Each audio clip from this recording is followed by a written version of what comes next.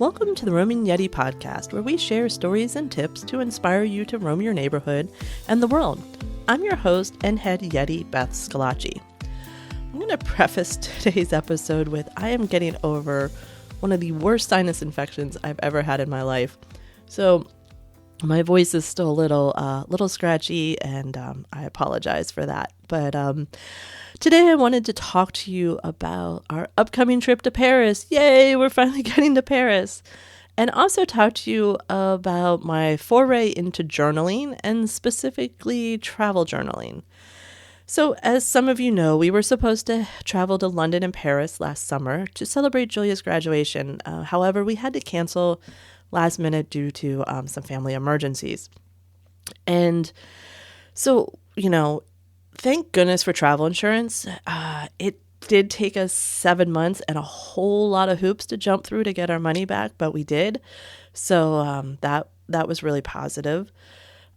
We knew we wanted to reschedule the Paris portion, especially because that's where Julia really, really wanted to get to for graduation. So we considered going in December after first semester, but there was still just a lot of things in the air, still up in the air, and we didn't want to take another chance of having to cancel. So we decided to aim for May after Julia's spring semester ends. And hopefully before the summer rush. We don't know, we'll see, fingers crossed. But it just seemed like a good time to go. So in the spirit, though, of being completely honest with you, that's a commitment I made to myself when starting this is, I have to show warts and all. I'm sort of at the height of where I have my usual pre-trip anxiety, but I have to say this trip isn't as bad as usual. So I'm very happy about that. And honestly, so is my family, that they don't have to, John and Julia and anyone else who talks to me does not have to deal with my acute anxiety when traveling. I love to travel. Love it. I love when we get there. It's just the planning and the logistics really throw me off. And when we travel internationally, there's two other things that stress me out more than any other kind of travel. One's the language. I don't want to be, that the rude American who can't speak any of the language, but I just have the worst time picking up other languages. I don't know why, but I've been working through Duolingo for a while, but I just still don't feel like I'm comfortable enough. Plus I have to say, I don't know that you learn the words you're supposed to know when you go to another country for traveling. But that Al of Duolingo, he has prepared me for the word cat. So shot. So un shot. So hopefully I will see at least one cat so I can point it out in French, because it comes up in a lot of the Duolingo exercises and it just cracks me up. I understand that people there will speak much better English than I speak French, but I hate appearing rude. From what I understand, though, that the magic word is bonjour. Say bonjour, and at least that, people will hopefully help you from there. So all I have to say is thank goodness for Google Translate, and also for a husband that's much better at learning languages than I am. A second source of stress, and especially international again, is what to pack and wear. I am not a fashionista. I am often most comfortable in jeans, a t-shirt, and, a cardigan. But I thankfully over spring break had my little personal stylist along with me, and we went on a little shopping trip, and she helped me pick out a few nice and comfortable button-down shirts. So now I'm not as worried about what I'm going to pack. I am worried about layers. I'm looking at the temperature. It's that 50, 60 degree temperature weather. And man, what do you wear for that? I have trouble here in Maryland of what to wear in that. It can be a warm 60 because of the sun. It can be a cold 60. So I really, really am working on not overpacking. Thank goodness we have an Airbnb with a washer and dryer, or so if I need to wash something, we're in good shape. But I really, this packing outfits and stuff is a stress for me. When we went to China 4 years ago, not gonna lie, I actually had a spreadsheet of what I was gonna wear daily because we knew the activities, and therefore, based on the activities, I knew what I wanted to wear. And I had a spreadsheet. I will admit, you can laugh at me. I'm fine with that. This time I don't have a spreadsheet. I'm good. But I am still worried about the layer situation and room in my suitcase. But as I said before, I really feel like my anxiety is under control this time. I think my excitement is outweighing the anxiety, which is great. So now I need to get those flights to be on time. We have a really, really short layover window. And if one flight is late, we're in trouble. So please cross your fingers for us. We say a little prayer to the travel gods. That all of us, everyone traveling this summer, it looks like it could be another crazy summer of traveling. So let's all get where we need to be safely and on time for sure. So I am definitely the list maker, the planner, and overanalyzer of the family. So this trip, I've done a lot of research and legwork ahead of time.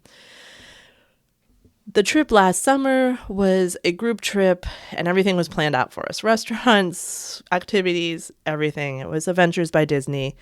It was going to do London and then down to Paris. And then we had added on Disneyland Paris stop. The nice thing about Disney Adventures by Disney trips is there's only 2 trips that actually go to Disney parks, and that's the Southern California one and their China one. Everything else can be an add-on. So we added on, but we knew everything was planned. I didn't really have to do any homework, any planning, which was great because last May we were in the middle of school plays or school musicals, dance recitals, graduation. I had no time. This time I had a lot more time, free time to do research. Plus, hey, now travel research is part of my job. So, I mean, that's a win, right? So this time I went back and listened to Amy's podcast. Amy has great information. If you have not listened to Amy's podcast on Paris, please go do it. But I also hit up YouTube, some podcasts, as well as a lot of searching on Google and a lot of Google Maps research to see how far things were away from each other, so what we could get to.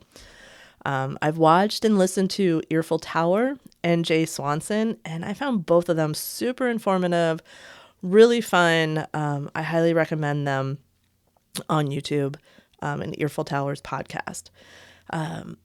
Because Paris is broken up into 20 neighborhoods called, I'm going to butcher every French, we've already established my French is terrible.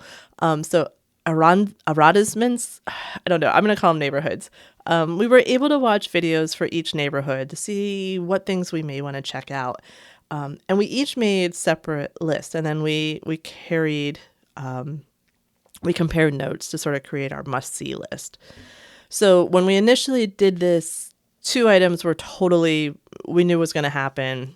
We want to see the Eiffel Tower and the Louvre. So we booked tours for both of them through Viator. And I'm going to say I'm not a great person with heights. And so I was like, I just want to see the Eiffel Tower. I don't have to go up in the Eiffel Tower. But we're going up in the Eiffel Tower. How high? The tour is a little wasn't 100% clear on what's involved in that. So we'll figure that out. See how busy the elevators are, and we'll go from there. But we'll definitely see the Eiffel Tower and the Louvre. I would like to see the Eiffel Tower both in the day and nighttime. I want to see the lights. So those were, those we knew were doing. So what else were we thinking about doing? Like I said, Louvre and Eiffel Tower were a must. And then there were some other items we've put on our list. So one is Musée des Arts Foraines. It's the Museum of Fairground Arts. It seems very much in our wheelhouse as a family. It's a lot of carnival rides, and pieces from carousels, and it just looks like a really cool museum. My husband said John said it was on Amazing Race one time. So we just thought it looked really cool. Now the tour is in French, and apparently they hand you sort of like a paper guide in English. So we did decide that we really wanted to do that. We've purchased tickets. I'm hoping at least one of these rides has some kind of cat in it, so I'll know. I will know at that point what they're talking about on the tour. So I'm looking forward to that. It'll be interesting. Definitely will report back on that one for you guys. We'll be in the Latin Quarter just to sort of hang out and shop. Julia's looking for some comic books. She would love some French language comic books, hopefully Marvel, and some vintage shops. And just sort of wandering around. I think that's one of you'll hear that we just want to wander around a lot. The Picasso Museum. John and I went to the one in Barcelona in 2000, and so we thought if we have time and we're close by, that we'll definitely stop into this one if possible.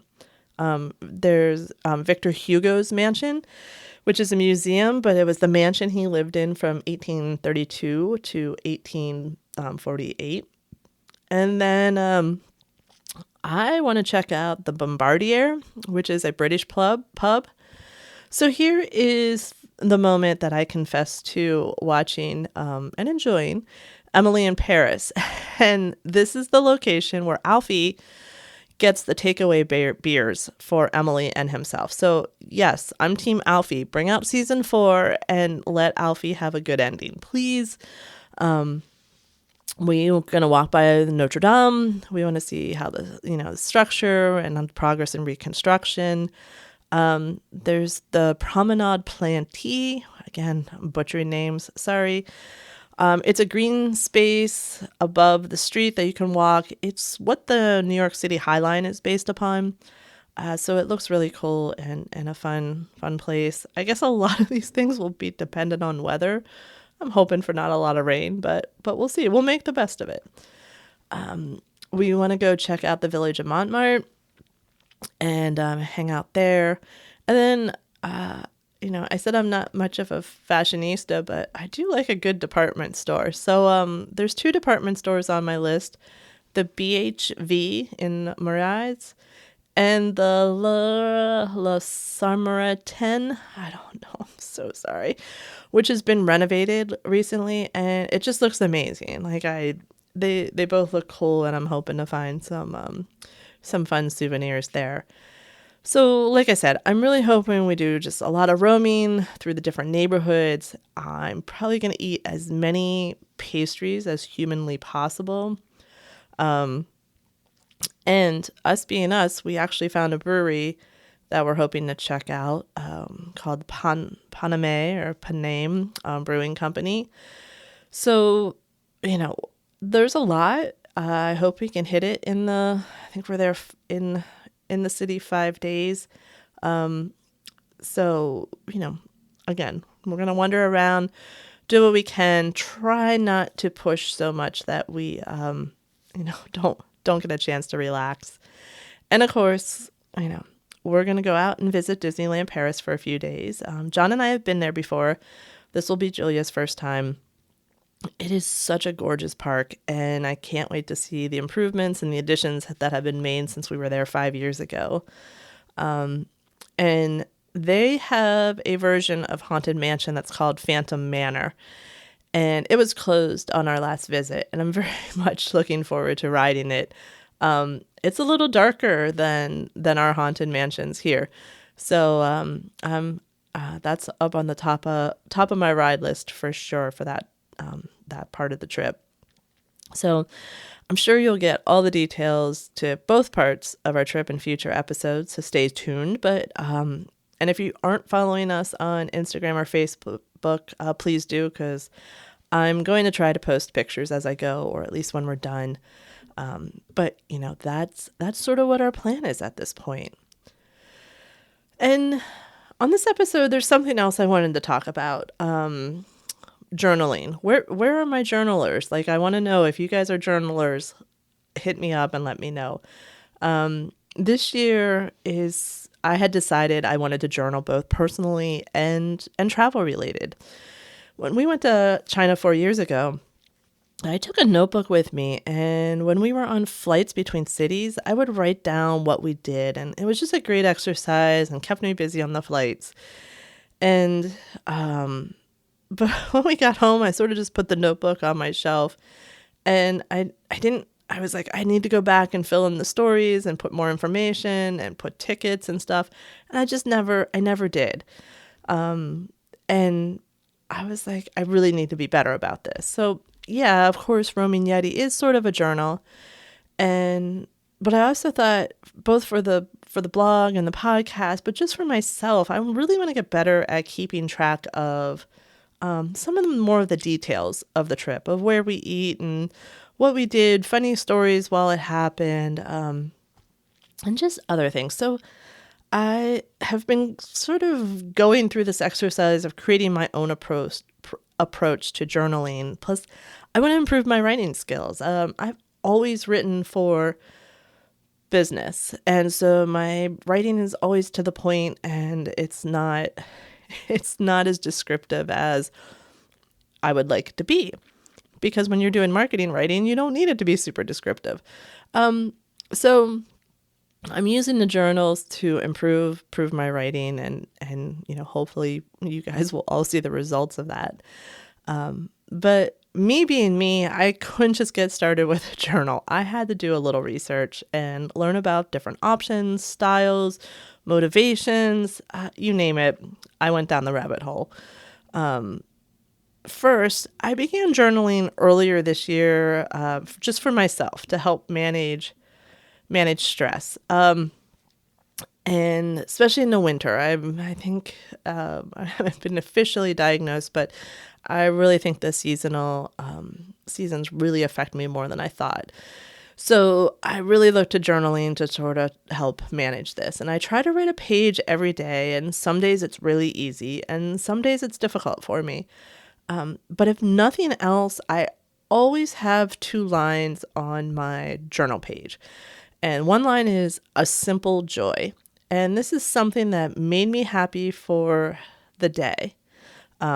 It could have been small, it could have been big. It's just something that really just, brought me a little bit of sunshine, a little bit of joy for that day. And then a little victory that I could celebrate.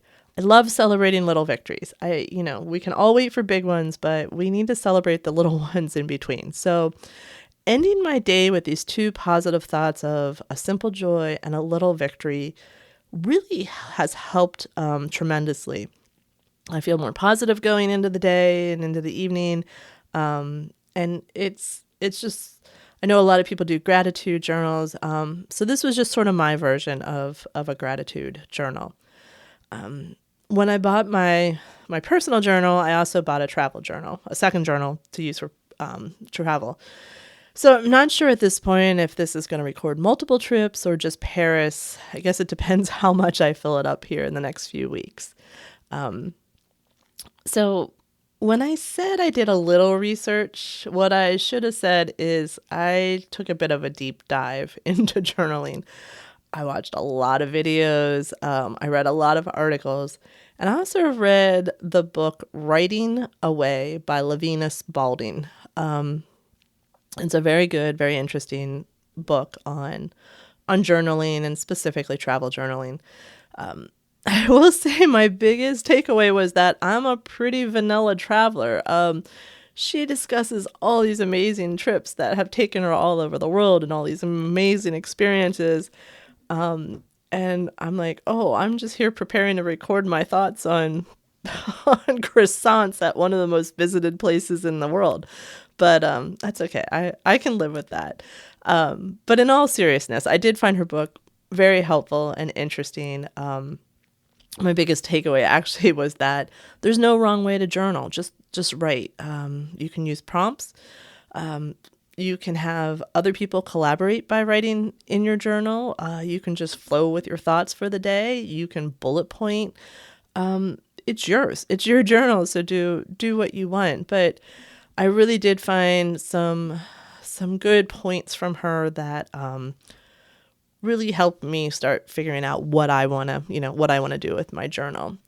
So my personal goal is not only to record what we do and where we visit, but I really want to tune into all 5 senses and notice what's going on around me, the smells and the sounds and, what are people doing and just more of that local flavor of a place. And not just what we did. So that's really one of my goals on this trip with this journal is to really tune into all those. So I also had to write down some prompts just to help me. So if I am stuck, get a little writer's block, it's there to remind me sort of things to write about. And also for this journal, I'm using it as part of our planning tool as well. I've added reminders into it. Places that we want to try to get to, things to look for. And I even added some notes on settings for my camera because I tend to forget them. And instead of having to look it up all the time, I just jotted it on a page of the journal along with like things I want to take pictures of. So I'm really sort of using it not just to record, but just for the sort of the whole trip. I also bought a little field notes notebook that just sort of pops into my day pack so I can record names of restaurants and stores and other quick notes that then I can, put that information into the larger journal. Hopefully every night or in the morning over coffee, we'll see. I'm hoping to do it every day. Who knows? Again, I'm crossing a lot of fingers for this trip.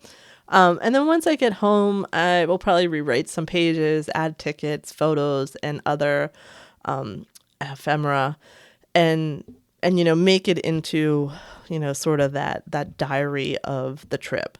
So here's my question: if you guys are interested in personal or travel journaling, please let me know. I would love to hear from people that do journal and what you do and what your travel journal looks like or your personal journal. And if you aren't journaling yet, like, hey, let's learn together and share some experiences if you're interested. Maybe I can find an expert like Lavina to come on and share with us. Just let me know, hit me up on social media or fill out the contact form on the website. So with that, you are now up to speed on our upcoming trip.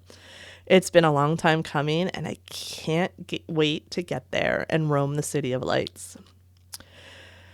So I hope these episodes inspire you to get out and roam, even in your own neighborhood. So please subscribe so you don't miss future episodes. And if you like what we're doing here, please leave a review and a rating. Also, to support us, please head to yeti2shop.com to pick up some Roaming Yeti merch and sign up for our newsletters to join us in our monthly bingo challenge.